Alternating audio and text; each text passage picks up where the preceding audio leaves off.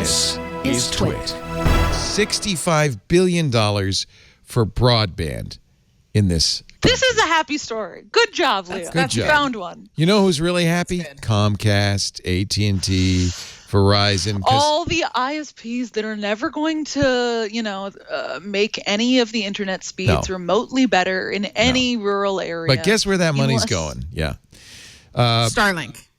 No. No, I think you're right. I think Starlink might get some. 1 week. The biggest portion, $42.45 billion for a broadband equity access and deployment program, would give subsidies to ISPs that build in underserved areas. Now, we've seen this happen before. These companies make big promises. They say, yes, we're going to build out Arkansas. They take the money and then nothing. And they're like, well, we wouldn't want to put down new wires ourselves. That would cost money. Yes. It's not as if we had money to spend on that.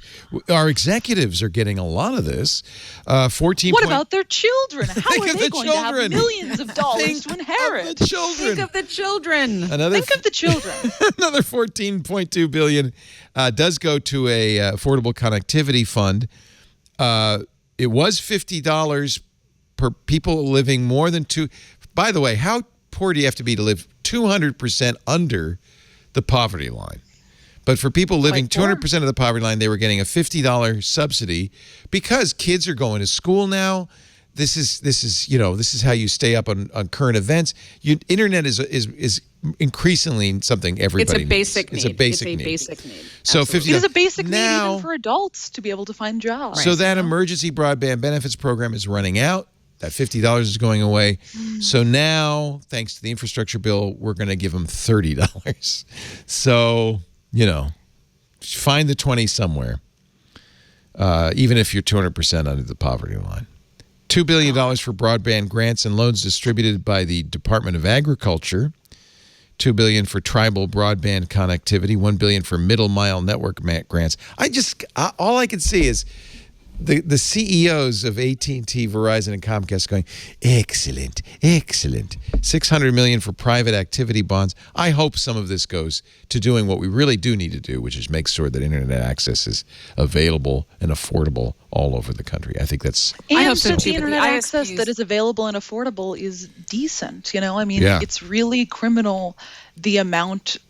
how often, ISPs get significant public resources to expand broadband access, and then the service they end up providing is barely enough for someone to, use a browser, much less log into a Zoom meeting. Yeah. The ISPs need to adopt a new mental model. It is, we do a lot of work in telecommunications, and the most frustrating meetings I have by far are with ISPs who just, they're currently set up so that they're driven quarter by quarter, and that prevents them from fundamentally altering what they're doing from it. There are other ways for them to make money besides squeezing consumers. And my concern with this new source of money is that it doesn't incent them to evolve. It should have.